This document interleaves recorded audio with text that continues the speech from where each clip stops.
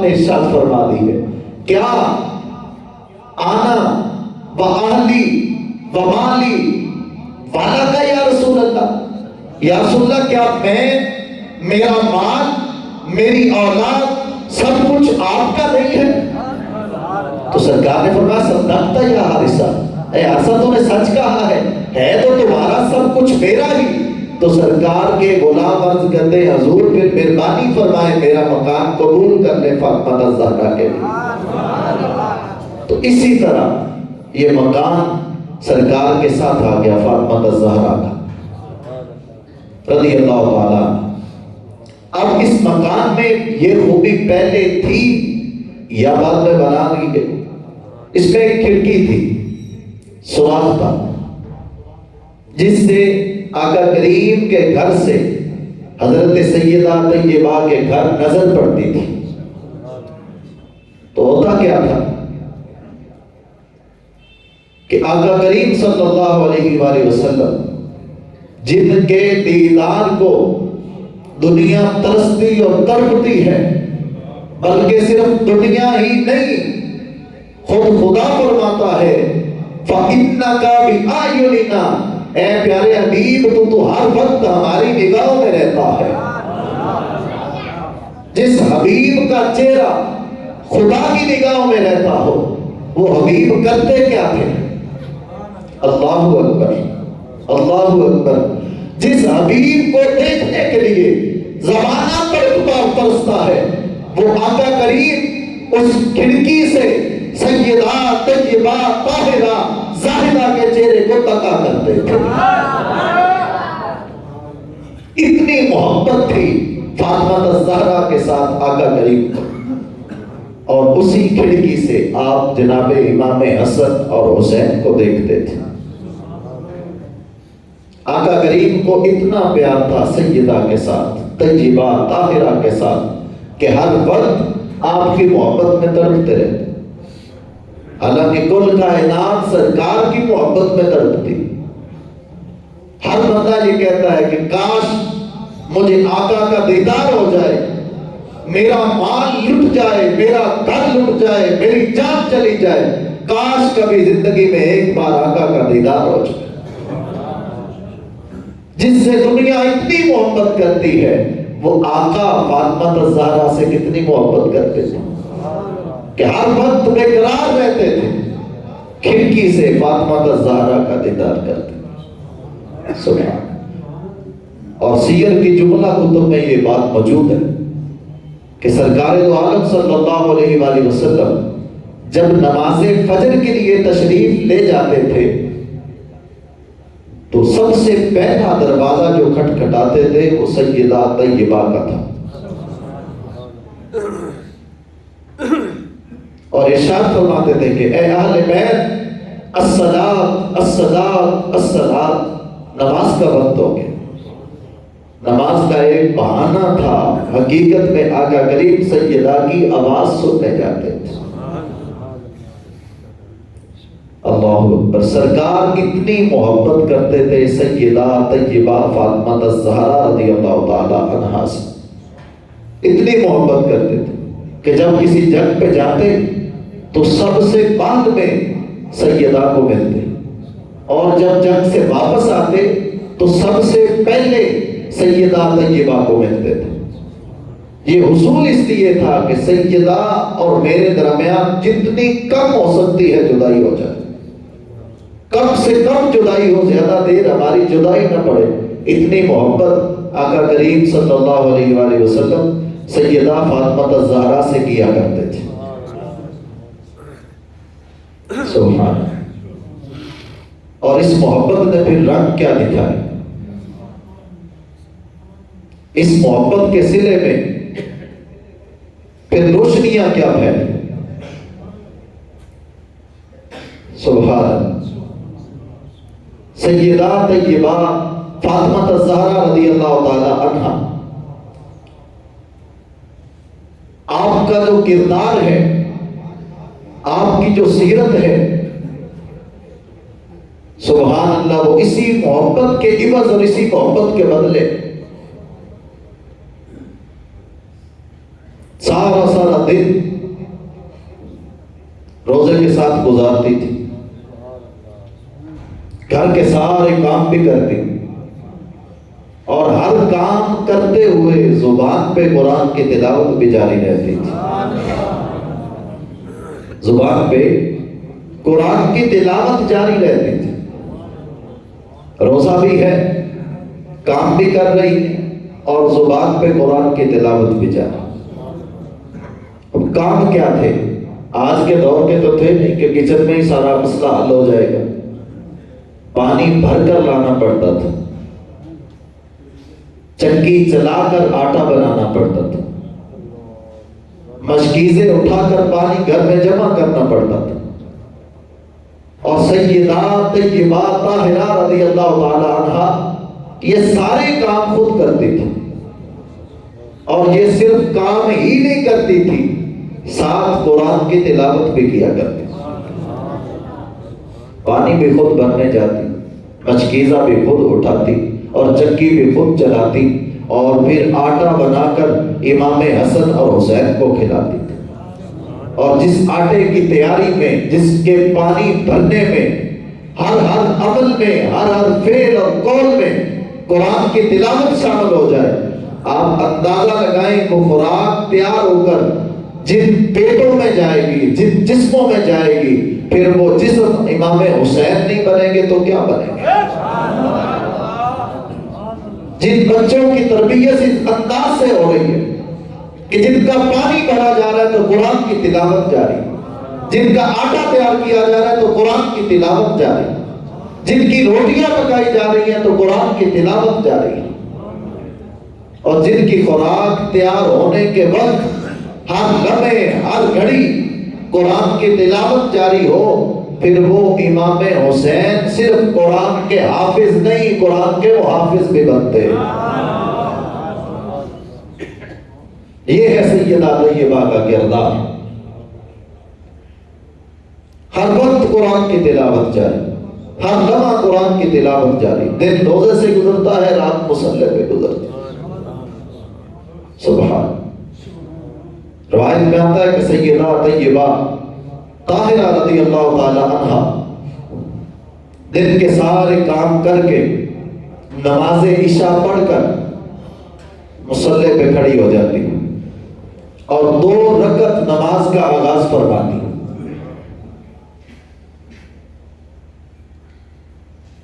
2 رکعت نماز کا آغاز ہے، سارا دن کام کیا ہے، روزہ رکھا ہے، 2 رکعت نماز کا آغاز کیا، سورہ بقرہ شروع کی، ختم، سورہ آل عمران ختم، سورہ نساء ختم، سورہ مائدہ ختم، قرآن کی تلاوت جاری ہے، تلاوت جاری ہے۔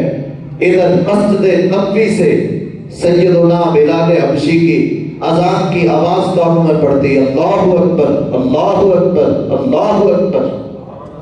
سیدہ جلدی سے اپنی 2 رکعتیں مکمل کر کے رب کی بارگاہ میں شکوہ کرنے بیٹھ جاتی، عرض کرتی، یا اللہ تیری سردی کی راتیں اتنی چھوٹی ہو گئی کہ تیری بندی کی 2 رکعتیں بھی مکمل نہیں ہوئی۔ اللہ اکبر، یہ ہے تربیت، یہ ہے محبت، کہ سرکار نے اتنی محبت کی ہے تو پھر فاطمہ نے حق کیسے ادا کیا۔ ابھی 2 رکعت ہی مکمل نہیں ہوئی تو اذان فجر آ گئی، تو عرض کرتی ہیں، یا اللہ کوئی رات تو اتنی لمبی بنا دے، کوئی رات تو اتنی لمبی بنا دے کہ تیری بندی دل بھر کے تیری عبادت کر لے۔ اللہ اکبر، یہ ہے کردار فاطمہ کہ سارا دن مشقت برداشت کی، پانی بھی بھرا ہے، چکی بھی چلائی ہے، آٹا بھی تیار کیا ہے، گھر کے سارے کام کیے، تو رات کو عبادت کا انداز یہ ہے کہ ادھر 2 رکعتیں مکمل نہیں ہوتی، ادھر رات ختم ہو جاتی۔ اور آج کا ہمارا گھروں کا حال کیا ہے، ہم خود دیکھیں، اور اس کا سبب کیا ہے کہ ہم تربیت نہیں کر سکتے۔ آج ہر تیسرا گھر برباد ہے کہ مجھ سے کام نہیں ہوتے، ادھر کام پڑے۔ ہر تیسری بیٹی کا شکوہ یہی ہے کہ سسرال میں کام بہت زیادہ ہے، میں نہیں کر سکتا۔ آپ مجھے بتائیں کہ سیدہ کونین سے بڑی شہزادی کائنات میں کوئی ہے؟ ان سے نرم و نازک جسم کی مالکہ کوئی ہے کائنات میں؟ لیکن سیدہ سارے کام بھی خود کرتی تھی اور رات کو ساری رات مصلے پہ کھڑے ہو کے گزار دیتی تھی۔ فرق کیا تھا؟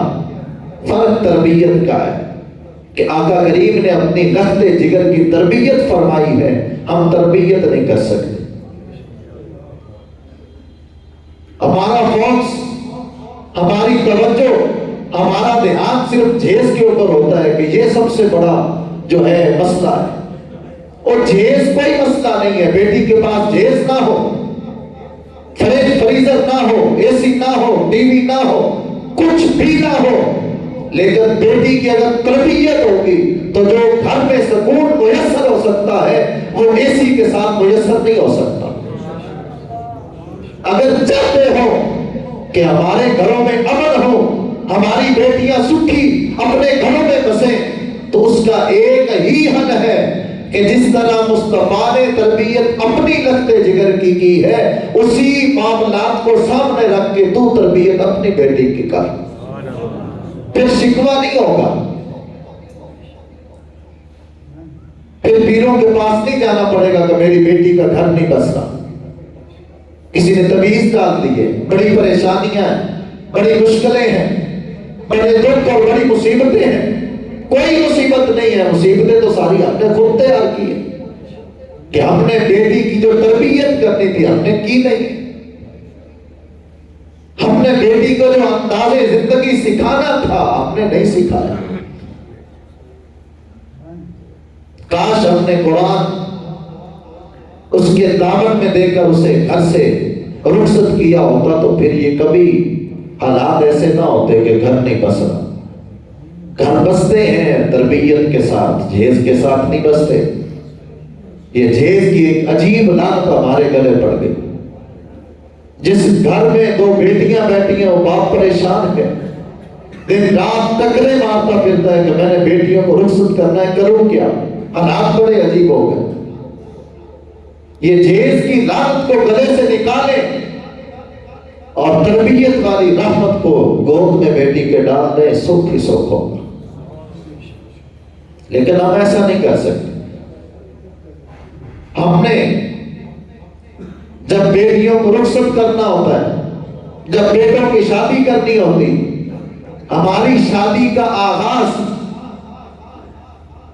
محفل میلاد مصطفیٰ سے نہیں ہوتا، ہماری شادی کا آغاز قرآن کی تلاوت سے نہیں ہوتا، ہماری شادی کا آغاز نفلوں سے نہیں ہوتا، ہماری شادی کا آغاز ناچ گانے سے ہوتا ہے، ڈانس سے ہوتا ہے۔ جب سے ہم بنیاد رکھتے ہیں شادی کی، ہماری بنیاد سرے سے اسلام کے خلاف ہوتے ہیں۔ شادی بیٹے کی ہو یا بیٹی کی ہو، ہماری بنیاد ہی غلط ہوتی ہے کہ ہم نے ناچ گانے سے بنیاد شروع کی ہوتی۔ مہینہ مہینہ، دو تین مہینے گانے بجانے ہوتے رہتے، ڈانس ہوتا رہتا اور مختلف قسم کے لوگ ناچتے رہتے۔ اللہ اکبر، یہ تو ہماری بنیاد ہے، شادی شروع ہو رہی ہے ابھی، اور ساری شادی خلاف دین، خلاف اسلام، خلاف شرع مکمل ہو جاتی ہے۔ اور عجیب بات یہ ہے کہ شادی حالوں میں ہم جاتے ہیں نا تو کرسیاں جو ہوتی شادی حالوں کی، ان کے اوپر پردے ہوتے ہیں، کور چڑھا ہوتا ہے ان کے اوپر، اور جو کرسیوں کے اوپر ہماری مائیں اور بہنیں اور بیٹیاں جگہ فرما ہوتی ہیں، پردے کا خیال ہی نہیں ہوتا۔ شادی حال کی کرسیاں باپردہ ہیں، میری اور آپ کی بیٹی ماں بہن بے پردہ ہے، اسے مسلمانی کہتے ہیں۔ غزہ میں تم ہو نصارہ تمدن میں ہنود، یہ مسلمان ہیں جنہیں دیکھ کے شرمائیں یہود، اور ہمارے شادی حالوں کو دیکھ کر یہودی بھی شرماتے ہیں کہ یہ آقا کا کلمہ پڑھ کر ہمیں پیچھے چھوڑ گئے، اور ہم نے چھوڑ دیا ہے۔ جو کام وہ نہیں کر سکتے آج کا مسلمان کر رہا ہے۔ شادی حال میں بڑی کرسیاں باپردہ ہوتی ہیں، کرسیوں پہ بیٹھی ہوئی ہماری مائیں بہنیں بے پردہ ہوتی ہیں۔ اللہ اکبر، ہوتا کیا ہے؟ ساری شادی خلاف شرع ہو جاتی۔ 2 منٹ کے لیے ایک ادھورا سا مولوی بلایا، اسے نکاح پڑھوایا، اور وہ بیچارہ اتنی بھی حیثیت نہیں رکھتا کہ کسی مسلمان کو اتنا ہی عرض کر لے کہ یار تھوڑا سا پردہ ہی کروا لے۔ کچھ نہیں کہہ سکتا، بیچارہ خاموش ہے، مجبور ہے۔ اسے پتا ہے کہ جس کو بلاؤں گا ہر دوسرا بندہ تو فرعون اصغر ہے۔ یہ حقیقت ہے کہ زمانے میں ہر بندے کی بات برداشت کی جاتی ہے۔ اگر کسی کی قابل برداشت بات نہیں ہے تو وہ صرف ایک امام مسجد ہے، ایک مسجد کا خطیب ہے، ایک مولوی ہے جس کے 2 لمحوں کی بات بھی برداشت نہیں کی جاتی۔ ہر بندے کا تانا مینا ہم برداشت کرتے ہیں، لیکن مولوی کی صحیح بات بھی ہم برداشت نہیں کرتے، اسی وقت آپ بغولہ ہو جاتے ہیں۔ اور مولوی بھی بیچارہ اتنی جرات ہی نہیں کرتا کہ میں اسے حق کہہ لوں، اسے سیدھی بات کر دوں، اسے سچی بات کہہ لوں، اس کے اندر جرات ہی نہیں پیدا ہوتی، ہمت ہی نہیں پیدا ہوتی۔ اسے پتا ہے ہر بندہ مفتی ہے، اور میرے خصوص خدا بنا دے رمضان سے ہر بندہ مفتی، جن نے پورا سال نماز قدر نہیں پڑھی، سر تے ٹوپی ہاتھ چ تسبیح، خدا نہ کرے کدی کدھر مولوی نہیں تھوڑا جہا پہنچا ہی تھلے ہوئے نا تو بس مڑے دی خیر کو نہیں، ایویں ہوندا ہے۔ اور یہ حقیقت ہے، ساڈے نال تو بیتدیاں نہ سن، پھر تانوں کدے دسیاں نہیں بھی بندے ساڈے نال کی کرتے نے۔ قسم خدا دی میں ممبر کے میں دھیان دا پیا، جنوں جم کے ماں نے کدے سنبھالیا بھی نہیں نا، وہ بھی سانوں گل کرتا ہے، اور اسی سنتے ہیں۔ اس واسطے نہیں سنتے کہ ساڑیاں تنخواہ بہت نے، اساں اس واسطے سنتے ہیں کوئی گل نہیں ہے، بک بک کرتا ہے کرتا رہے، ساڈا آقا راضی ہو جائے، اس تے سانوں چاہیے کی نعرہ تکبیر، نعرہ رسالت، تاجدار ختم نبوت، قائل سنت۔ اساں تنخواہ پیچھے نہیں برداشت کرتے، دوڑیاں گلاں یہ بھی ذہن چ رکھ لو، کو ساڑیاں تنخواہ چوکیاں کو نہیں، گھڑیاں کو نہیں، پٹرول پمپ تے پٹرول پاؤن والا بھی 20-25 ہزار لے رہا ہوتا ہے، اساں مڑ بھی جڑیاں دوڑیاں برداشت کر رہے ہونے 8-7 ہزار چی کر رہے ہونے۔ ہاں کپڑے ویچ کے تیرا مولوی نال نہ کپڑے جے کرو بھی مولوی کول بڑا پیسہ ہے، یہ کپڑے حضور دے قدماں دا صدقہ سانوں لبدے ہی رہندے نے، تنخواہ دوڑیاں ایڈیاں کو نہیں ہوندیاں۔ اور مولوی بیچارہ تنخواہ دے بس گل نہیں کر سکتا حق سچ دی کہ یار کو پردہ کر لو، کرسیاں با پردہ نے تے بیٹیاں بے پردہ نے، کو گل بڑھتی جڑتی، ساری شادی ہو جاتی۔ جدوں بیٹی نو رخصت کرن دا ٹائم آندا نا، ہن ایک بڑا بچ پیندا جیڑا جمعے ہے تے 30 سال دا ہو گیا، قرآن کو ہاتھ نہیں لایا، ہن وہ بچ گیا قرآن چوک کے۔ ہن یہ بھی نہیں پتا کہ اس بیچارے وضو بھی کیتا ہے کہ نہیں کیتا، پاک بھی ہے کہ نہیں ہے، انہوں نے قرآن چوک لیا۔ جنہیں کدے سر تے دوپٹے دا سایہ نہیں آمن دیتا، ان دے سر تے قرآن دا سایہ جا رہا۔ بیٹی رخصت ہو رہی، اللہ اکبر کبیرہ۔ اور شادی کا آغاز ابتدائے شادی سے لے کر انتہائی شادی تک ایک کام بھی ہمارا دین کے مطابق نہیں۔ جب رخصتی کا وقت آتا ہے تو قرآن سر پہ، سائے میں بیٹی رخصت ہو رہی، شروع سے لے کر آخر تک ڈانس ہوتے، کجریاں ناچتی، مجرے ہوتے۔ اور میں نے اگلے دن بھی ایک تقریر میں بات کی ہے کہ جو لوگ ڈانس کرواتے، کجریاں نچواتے، میری بات دھیان کے ساتھ سنیں، ناچنے والی کون ہے؟ کجری کون ہے؟ عورت۔ اور عورت کتنے رشتوں سے جانی جاتی؟ 4 رشتوں سے۔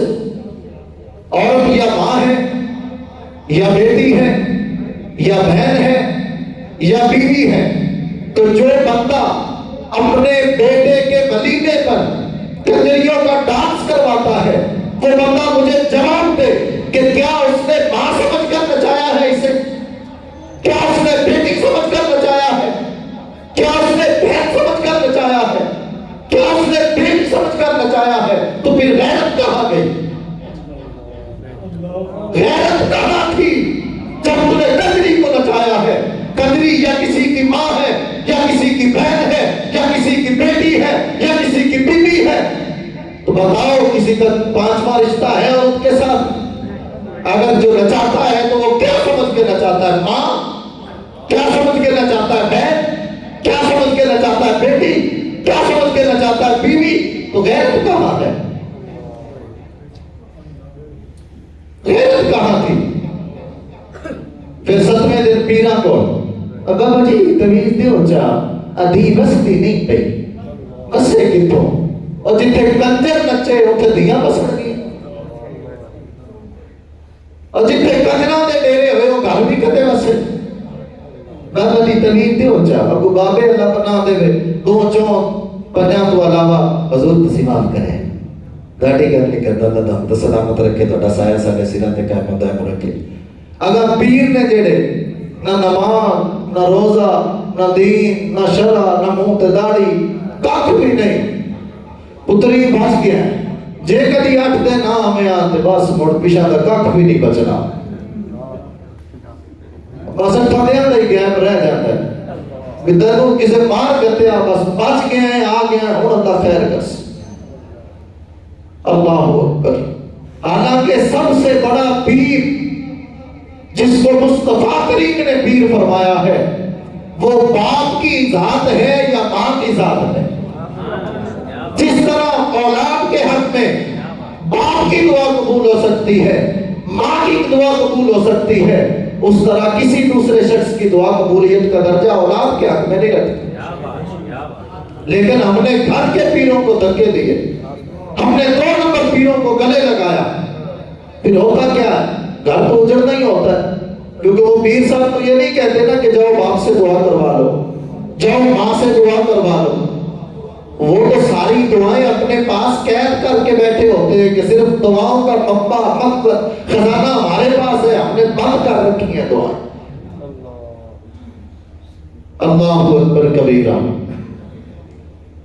تو ساری شادی قرآن کے خلاف، دین کے خلاف، اسلام کے خلاف، جب رخصتی کا وقت آتا ہے تو قرآن کے سائے میں رخصتی ہو رہی۔ او بھائی قرآن رخصتی کرنے کے لیے نہیں آیا کہ ساری شادی قرآن کے خلاف کرو، وقت رخصت قرآن کا سایہ کر لو بیٹی کے سر کے اوپر۔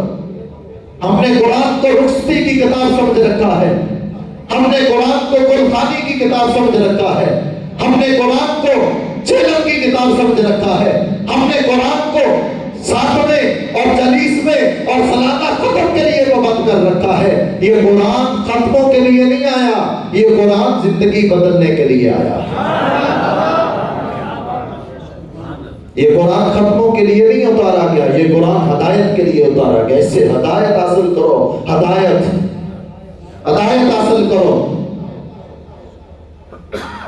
اور شکوے شکایتیں ہماری بڑے اوپر ہوتی، یہ حکمران ہے جدے ہو گئے، حکمران نہ مانتا سر کرنا ایسی ٹھیک ہو گئی۔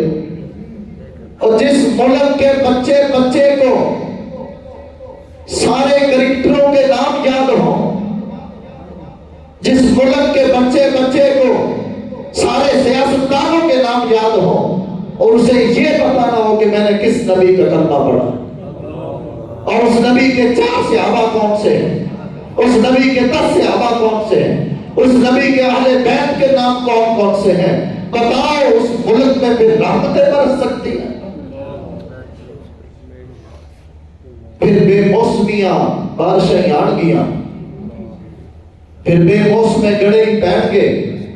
جدوں تیرے میرے گھر پیدا ہونا ایک ایک بچہ کرکٹراں جانتا ہوئے تے مصطفیٰ دے غلاماں نہ جانتا ہوئے، جدوں تیرے میرے گھر پیدا ہونا بچہ ایک سیاستدان کا نام یاد کر کے پھرتا ہوئے تے انہوں یہ پتہ نہ ہوئے کہ نبی دے اہل بیت کنہاں نوں کہندے اور پھر وقت مولویاں دے خلاف مولوی مولوی جڑے ہیں انہاں نوں دھکا دے اوپر کھوج لیکن جڑے چاہتے نے کم از کم انہاں دی قدر کرو نا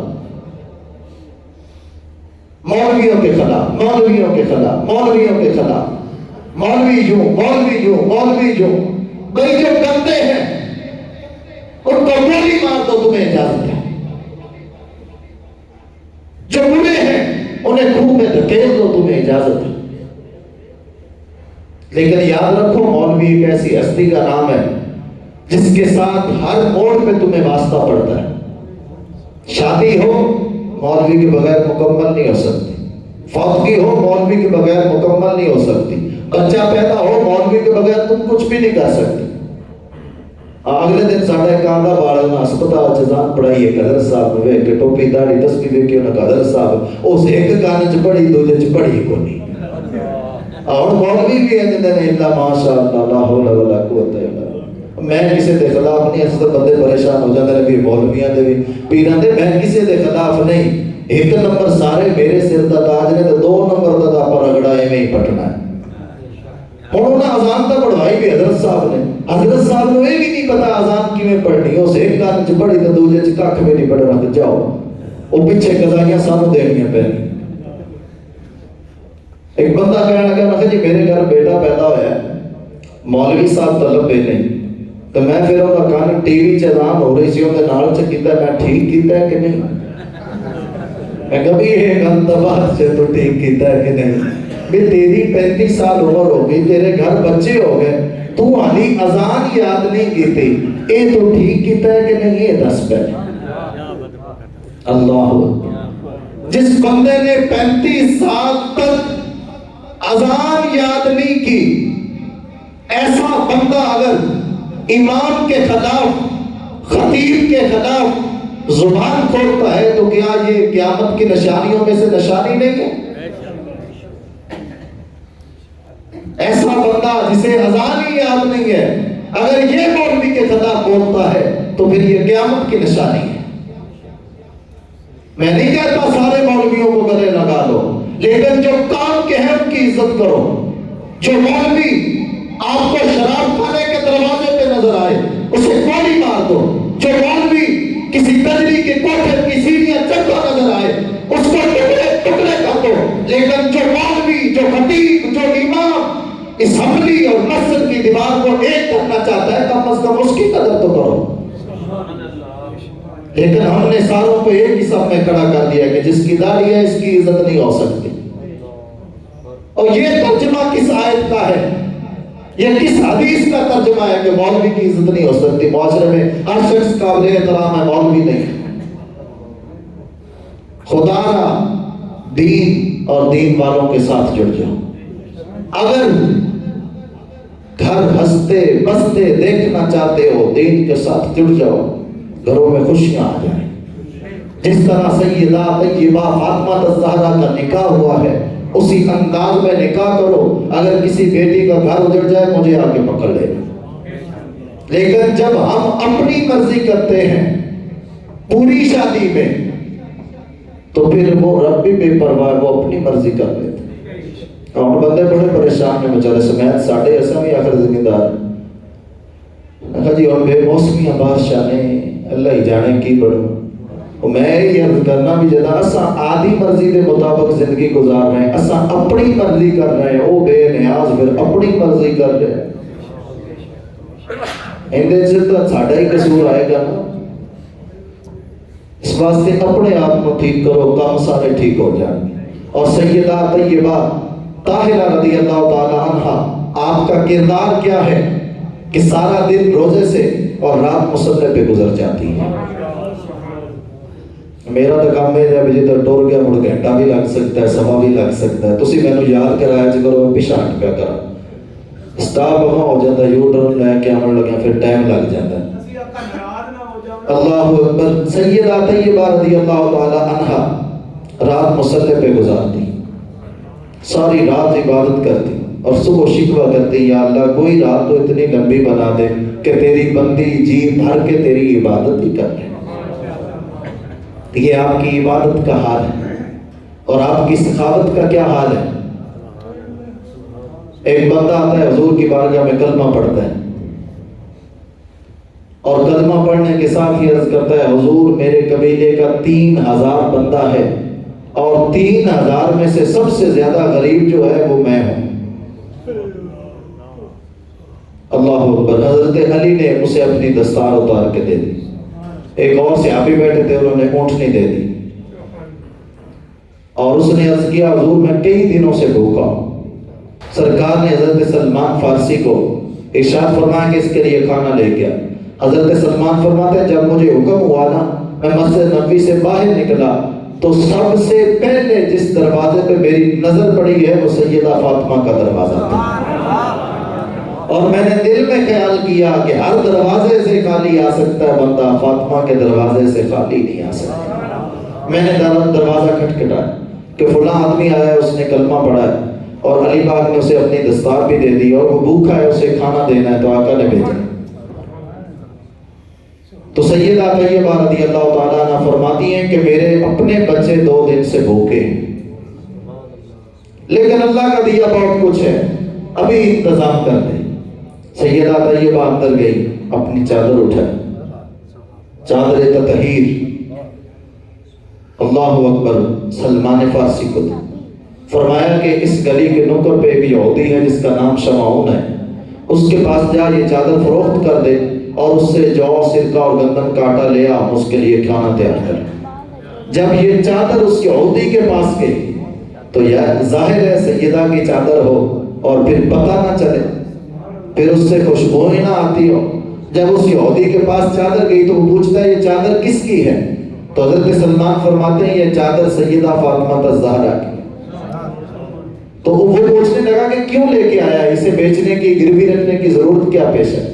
تو حضرت سلمان فارسی نے بتایا کہ یہ مسئلہ ہے, ایک آدمی آیا, اس نے کلمہ پڑھا ہے, وہ بھوکا ہے, اسے کھانا دینا ہے, تو سیدہ کے گھر اس کے سوا کچھ نہیں ہے. انہوں نے ارشاد فرمایا کہ یہ بیچ کر اسے کھانا دے دیا جائے. تو یہودی نے جب یہ بات سنی تو وہیں کھڑا ہو کر کلمہ پڑھنے لگا. کہا میں یہ کتابوں میں پڑھا کرتا تھا کہ آخری نبی کی اولاد آج اپنے غلاموں سے اتنی محبت کرتے ہوں گے کہ ان کے اپنے بچے تو بھوکے رہ جائیں وہ برداشت کریں گے, کسی دوسرے کی بھوک برداشت کریں گے. وہ یہودی کلمہ پڑھ کے مسلمان. یہ سیدہ فاطمہ الزہرا کا سخاوت کا انداز ہے, انداز سخاوت ہے کہ اپنی چادر بھی بھیج دی, اپنے بچے 2 دن سے بھوکے ہیں, اتنی کوشش نہیں کی ان کے لیے. لیکن ایک مسلم جس نے کلمہ پڑھا ہے, نیا مسلمان ہوا ہے, اس کے لیے اپنی چادر بھی فروخت کرنے کے لیے بھیجتا. یہ سیدہ طیبہ طاہرہ رضی اللہ تعالی عنہا کا کردار ہے, یہ سخاوت کا انداز ہے. سبحان. اور پھر عبادت کا انداز تو آپ نے سنا. اب اس کے بعد ایک ضروری اہم پہلو ہے جس کو میں بڑے سادہ انداز سے بیان کرنے کی کوشش کروں گا, وہ ہے پردہ. تو سیدہ طیبہ رضی اللہ تعالیٰ عنہ کا پردہ کیا تھا؟ ہر موضوع پہ گفتگو ہوتی ہے, ہر عنوان پہ گفتگو ہوتی ہے. اگر موت پڑتی ہے تو خطباء کو اسی ٹاپک پہ پڑتی ہے, کیونکہ ہر تیسرے بندے کے گھر تو پردے کا انتظام نہیں ہے. اکثر مقتدی جو ہیں وہ بے پردہ حالات ان کے ہیں تو معاملات پیدا ہوتے ہیں. تو میں سادے انداز کے ساتھ عرض کرنا چاہتا ہوں کہ سیدہ فاطمہ الزہرا کا پردہ کیا تھا. ایک دفعہ سرکار تشریف لائے اور ساتھ ایک نبینہ صحابی تھی, ان کا نام تھا ابن مکتوم. نام کیا تھا جی ان کا؟ حضور کے مشہور صحابی ہیں نبینہ, ہاں ابن مکتوم ان کا نام تھا. آپ ساتھ تھے. تو جب سرکار گھر میں تشریف لائے نا تو سیدہ فاطمہ الزہرا رضی اللہ تعالی عنہا, آپ نے پردہ تو آپ ہر وقت ہی کرتی تھی لیکن ساتھ نگاہیں بھی جھکا لی, سر بھی جھکا لی. تو آقا کریم نے ارشاد فرمایا کہ فاطمہ وہ تو نبینہ ہے، اسے تو نظر کچھ نہیں آتا. تو سیدہ فاطمہ الزہرا نے عرض کی حضور ابا جی وہ نبینہ ہے، مجھے تو نظر آ رہا ہے، مجھے تو نظر آ رہا ہے، وہی نبینہ ہے. تو یہ بات کی ہے کہ سرکار جب اپنے گھر تشریف لائے تو ازواج مطہرات نے پردہ نہ کیا. تو سرکار نے فرمایا کہ پردہ کیوں نہیں کرتی؟ تو ازواج مطہرات نے عرض کیا حضور وہ تو نابینا ہے. تو سرکار نے فرمایا کہ یہ نابینا ہے، تم تو نابینا نہیں ہو، تمہیں تو نظر آتا ہے. اور ایک دفعہ نا مجلس لگی تھی، صحابہ کرام تشریف فرما تھے، تو آقا کریم نے ایک سوال ارشاد فرمایا. سوال پوچھا کہ میرے غلاموں یہ بتاؤ کہ کائنات میں سب سے بہترین عورت کون ہے؟ سب سے بہترین عورت کون سی ہے؟ تو صحابہ کرام عرض کرتے ہیں یا رسول اللہ جو بابردہ ہو، یا رسول اللہ جو نماز کی پابند ہو، جو قرآن کی پڑھنے والی ہو.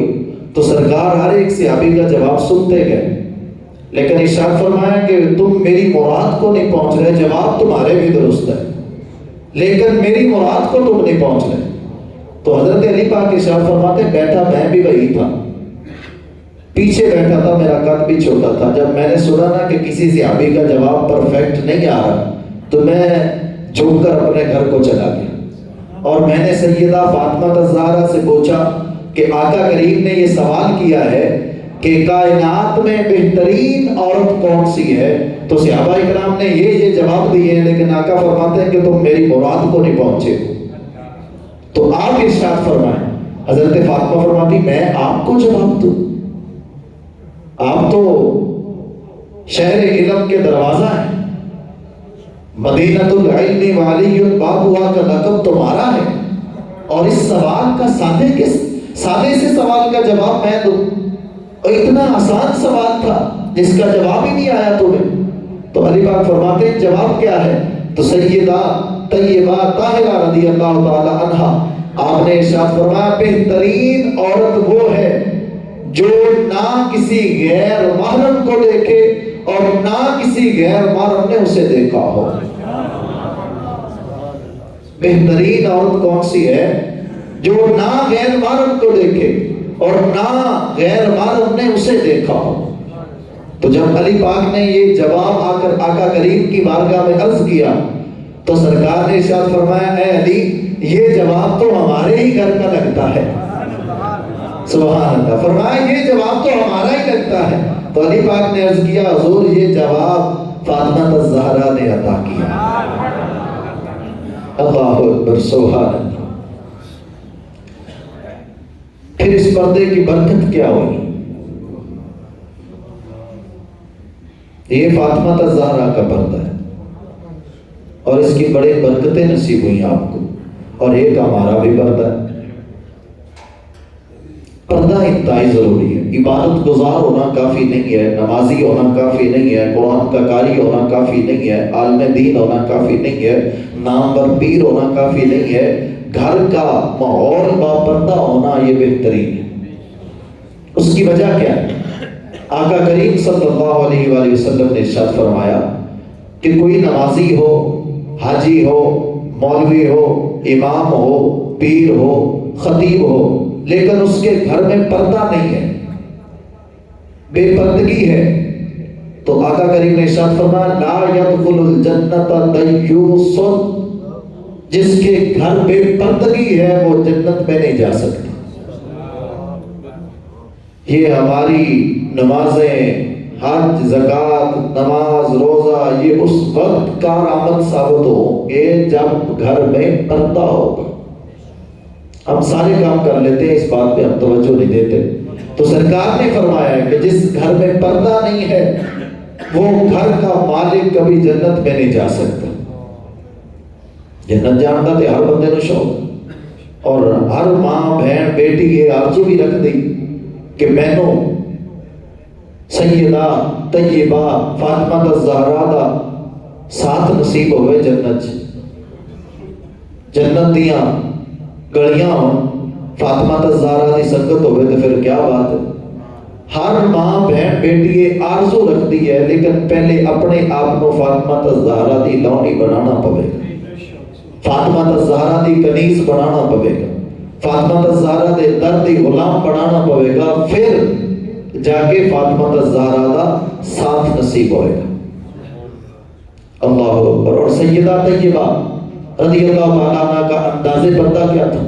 جب آپ بیمار ہو گئی نا سرکار کے وصال کے بعد، تو آپ کی خادمہ، آپ کی نوکرانی حضرت اسماء بنت امیس رضی اللہ تعالیٰ عنہ،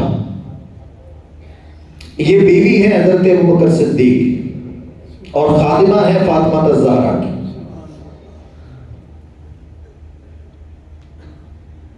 تو آپ خدمت کر رہی تھی، تو ایک دن آپ کمرے میں آئی تو سیدہ رو رہی تھی، لیٹی ہوئی تھی اور رو رہی تھی۔ تو حضرت اسماء بنت امیس عرض کرتی ہیں کہ کیا پریشانی ہے، کیوں رو رہی ہو؟ تو سیدہ فاطمہ الزہرا رضی اللہ تعالیٰ عنہ فرماتی ہیں کہ اور مجھے کوئی پریشانی نہیں ہے کہ میں اس دنیا کو چھوڑ کے جا رہی ہوں، یا میرے بچے پیچھے اکیلے رہ جائیں گے، یا میرا خامد اکیلا رہ جائے گا، کوئی پریشانی نہیں ہے، صرف پریشانی ہے تو ایک ہے۔ آپ عرض کرتی وہ پریشانی کون سی ہے جس نے آپ کو رلا دیا؟ حضرت فاطمہ الزہرا فرماتی ہے کہ پریشانی ایک ہی ہے کہ جب عورت مر جاتی ہے اسے غسل دیا جاتا ہے، کفن پہنایا جاتا ہے، اسے چارپائی پہ لٹایا جاتا ہے، تو جو کپڑا چارپائی پہ ڈالا جاتا ہے نا، اس کپڑے سے انسانی ڈھانچے کی پوری بناؤ ساخت جو ہے وہ نظر آتی ہے۔ جس طرح کا بندہ موٹا ہوتا ہے تو پتہ چلتا ہے اس کا پیٹ بڑا ہے، اگر پتلا ہوتا ہے تو پتہ چلتا ہے یہ باریک آدمی ہے، موٹا نہیں تھا، زیادہ جسامت والا نہیں۔ تو جسامت کا اظہار ہوتا ہے اس کپڑے کے اندر سے۔ تو سیدہ فاطمہ الزہرا فرماتی ہے کہ بس یہی مجھے پریشانی ہے کہ اپنی زندگی میں تو میں نے پردے کا اہتمام کیے رکھا ہے، لیکن میرے مرنے کے بعد کیا ہوگا؟ جب میں مر جاؤں گی مجھے غسل کفن دیا جائے گا اور میرے اوپر چادر ڈالی جائے گی تو لوگ تو دور سے محسوس کریں گے کہ فاطمہ کا جسم اس طرح کا تھا۔ بس یہ دکھ ہے مجھے، یہ پریشانی ہے کہ لوگ محسوس کریں گے کہ فاطمہ کا جسم اس طرح کا تھا۔ اللہ اکبر۔ ہم زندہ ہو کر بھی نہیں سوچ میں پڑتے، فاطمہ الزہرا موت کے بعد سوچنے لگی ہے کہ موت کے بعد پردے کا کیا ہوگا، موت کے بعد پردے کا کیا ہوگا۔ حضرت اسماء بنت امیس رضی اللہ تعالیٰ عنہ عرض کرتی ہیں حضور اماں جی سرکار پریشان ہونے کی ضرورت نہیں، اس کا حل میرے پاس ہے۔ تو فاطمہ الزہرا خوش ہوئی، ارشاد فرمایا حل کیا ہے جلدی بتاؤ۔ آپ پہلے لیٹی ہوئی تھی، اٹھ کر بیٹھ گئی اور حضرت اسماء بنت امیس کا ہاتھ پکڑا اور فرمایا جلدی کرو، کیا حل کیا ہے؟ تو حضرت اسماء بنت امیس فرماتی کہ حبشہ میں یہ رواج ہے کہ جب کوئی عورت مر جاتی ہے تو اس کو جس چارپائی پہ لٹایا جاتا ہے تو اس کے جو چاروں پائے ہوتے ہیں ان کے اوپر لکڑیاں باندھی جاتی ہیں اور ان کے اوپر کپڑا ڈالا جاتا ہے، ایک ڈولی نما چارپائی تیار کی جاتی ہے، تو اس طرح انسانی جسم نظر نہیں آتا۔